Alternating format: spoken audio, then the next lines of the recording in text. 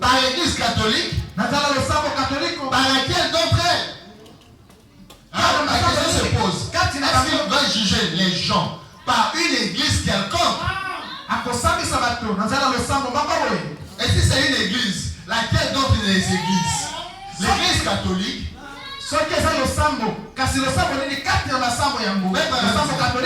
S'il veut les juger par les méthodistes, alors les baptistes sont perdus. Mais c'est clair. Si nous sommes adversaires et que le juge qui juge l'affaire est parenté avec moi, qui va gagner? Qui va gagner?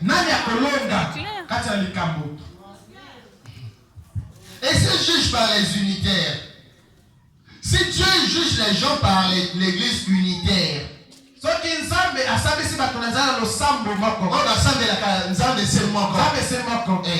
les dignitaires sont perdus.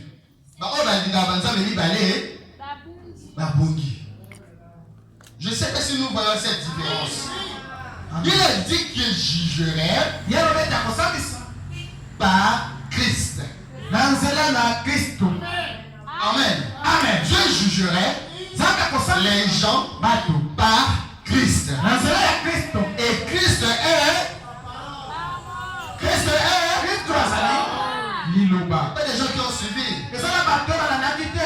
Christ est quoi? Christ est la parole. Voilà pourquoi l'église doit se mettre en règle avec la parole. Amen. Amen. L'épouse, bien sûr, doit se mettre en règle avec la parole. En attendant l'enlèvement. Parce que l'enlèvement est pour elle. Amen. L'enlèvement est pour l'église. Et pour l'épouse plutôt. Seulement l'épouse. C'est clair. Je n'ai pas dit que l'enlèvement c'est pour les prédicateurs.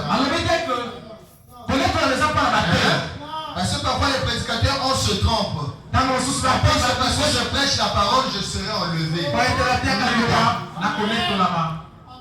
Nulle part il est dit ainsi. C'est pour l'épouse. Même que si tu es prédicateur, pour faire partie de cet enlèvement, tu dois être membre de l'épouse. Dieu jugera le monde, les gens, par sa parole. Amen. Amen. Par Christ. Et Christ est la parole. Et si c'est par la parole de Dieu que Dieu jugera les gens.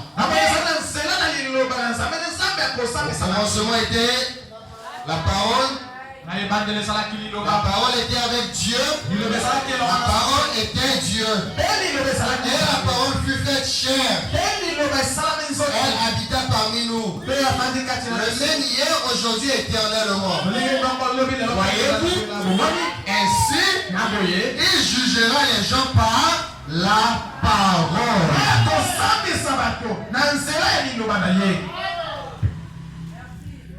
Et comme il jugera les gens par la parole, si tu ne veux pas être jugé, parce que le jugement, c'est pour ceux qui vont manquer l'enlèvement. Si tu veux participer à l'enlèvement,